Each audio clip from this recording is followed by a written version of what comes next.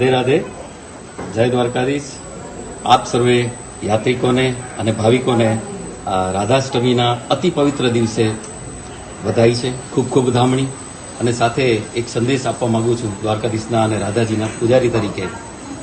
રાધાજી વિશે જે કંઈ અત્યારના સમાજમાં વાત ચાલી રહી છે એ કદાચ લોકોના ના સમજીને લીધે હોય અથવા તો બહુ લોકો પ્રેક્ટિકલ થઈ ગયા છે એને લીધે હોય, તો હું એક જવાબદાર પૂજારી તરીકે આપને કહેવા માંગીશ કે રાધા તત્વ એવું છે જેને સુખદેવજીને જ્યારે કૃષ્ણ ભગવાને સુખદેવજી મારફત કૃષ્ણનો સંદેશ અને કૃષ્ણની જે કોઈ ઘટનાઓ બની છે એ રાધાજીના વામહસ્ત બિહારી એટલે કે એક પોપટ, રાધાજીનો ખાસ પોપટ એ સુક છે. એ સુક મારફત જ્યારે કહેવા એમને પૃથ્વી પર અવતરણ કરવામાં આવ્યું ત્યારે એ કથા એણે કરી.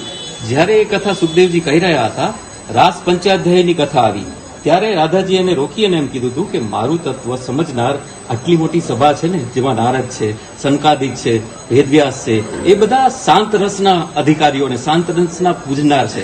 એમને આ વૃંદાવસ અને આ વૃંદાવનનો રસ અને મધુર રસ એમને નહીં સમજાય. એટલે આ રસ તું ન સમજાય એવા લોકો સામે ન આપતો. એટલે એમને કહેવામાં આવ્યું હતું કે મારું અથવા મારી અષ્ટપટરાણીનું કે અથવા તો મારી સખીઓનું ક્યાંય પણ અમારા પરિકરોનું નામ ન લેતા.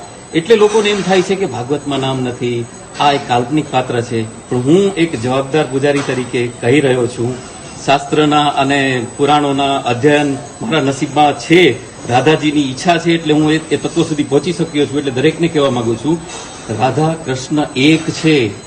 શ્રી કૃષ્ણ સૌથી પહેલા અજન્મા અને નિરાકાર સ્વરૂપ તરીકે આવ્યા હતા. એમનો આકાર થયો.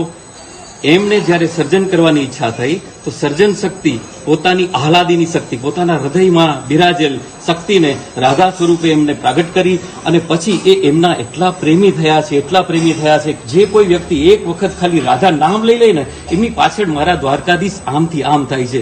એમને આમને આમ ઉપાડીને રાખે છે. આ રાધા તત્વ એ છે જેને લોકો રાધાની, કૃષ્ણની પ્રેમિકા અને કોઈ બીજો સંબંધ અને રાસલીલા કરનાર એ સમજે છે. ત્યારે દુઃખ થાય છે કે રાધા જેવા પવિત્ર તત્વને તમે એનાથી દૂર થઈ રહ્યા છો.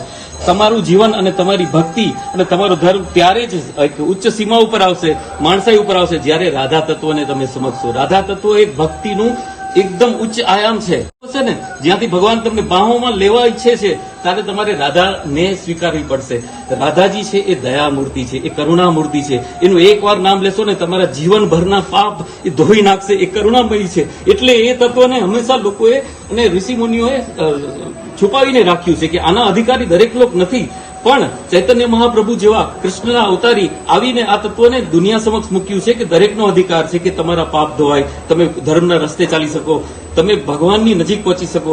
એના માટે જે કોઈને કૃષ્ણની પામવા હશે, કૃષ્ણની નજીક પણ જવું હશે, ભગવાનની ગીતા સમજવી હશે, ભગવાનનો સંદેશ સમજવો હશે, તો રાધા અને રાધા તત્વના ઈચ્છા વિના, એની મરજી વિના તમે ક્યાંય કોઈ દિવસ નહીં પહોંચી શકો. તો તમને જાણીને નવાઈ થશે, રાધાજીમાંથી જ વિષ્ણુ ભગવાન, મહાદેવજી, બ્રહ્માજી અને શક્તિમાનું પ્રાગટ્ય થયેલું છે. એમની સંતાનો છે, એમની પરમ માતેશ્વરી રાધાજી છે. શિવજી હંમેશા આંખ બંધ કરીને જેનું ધ્યાન ધરે છે ને એ રાધા છે. બ્રહ્માજી પોતાના ચતુર્મુખે હંમેશા રાધાના ગુણગાન કહી રહ્યા છે, છતાં પણ એમ કહે છે કે હું નથી પૂરા ગુણગાન સમજી શક્યો કે ગાઈ શક્યો. સરસ્વતીજી પોતાનું જેટલી જ્ઞાન છે બધાથી રાધાની ભક્તિ કરી રહ્યા છે, ગુણગાન ગાઈ રહ્યા છે, પણ એ નથી પૂરું કરી શકતા. વેદો રાધાની શક્તિને પામવા માટે એક જેટલો % જેટલું જે લોકોએ વેદમાં એનો ઉલ્લેખ કર્યો છે, કારણ કે સમજાતું નથી. આ તત્વ સંસારિક દ્રષ્ટિથી નહીં સમજાય. આ તત્વ સંસારિક દ્રષ્ટિથી, જેમ કે ગીતાના 15મા અધ્યાયનો પહેલો શ્લોક છે ને, ઉર્ધ્વમૂલ. સંસારિક લોકો આપણે બધા ઉર્ધ્વમૂલ છીએ, ઊંધા ઝાડ છે. હવે ઊંધું ઝાડ ક્યારેય સીધા ઝાડને સમજી નહીં શકે. એના માટે પેલું છે વૈરાગ્ય અને ભક્તિ. તો રાધાની ભક્તિ છે. દરેક લોકો વૈરાગી નહીં થઈ શકે, પણ રાધા કૃષ્ણની ભક્તિ એવી છે અને એમાં પણ રાધાજીની ભક્તિ એવી છે જે તમને વૈરાગ્ય પણ નથી માંગતું. એ ભક્તિ અને પ્રેમ અને દયા અને કરુણાથી તમારો સ્વીકાર કરશે, તમારા જીવનને ક્યાં લઈ જશે. એના માટે વધારે ઉપાસના ન કરી શકો તો મારી ખાલી એટલી જ વિનંતી છે, રાધા નામ જપો. રાધા રાધા રાધા રાધા રાધા રાધા. કૃષ્ણ ભગવાન તમારી આજુબાજુ હશે. દરેકને વિનંતી છે, ભક્તિ રાધાની અતિ સહેલી છે. એક વાત શરણાગત થઈ જાઓ કે હે રાધા રાણી, હે પરમ માતાઓની માતા, અને પછી તમારે એની પાસે માંગવાનું છે કે તમારા માટે જે સૌથી પ્રિય છે એ કૃષ્ણ ધન મને આપો. તો રાધા રાણી ખુશ થઈને તમને કૃષ્ણ સુધી હાથ જાલીને લઈ જશે. જય દ્વારકાધીશ. રાધે રાધે રાધે રાધે.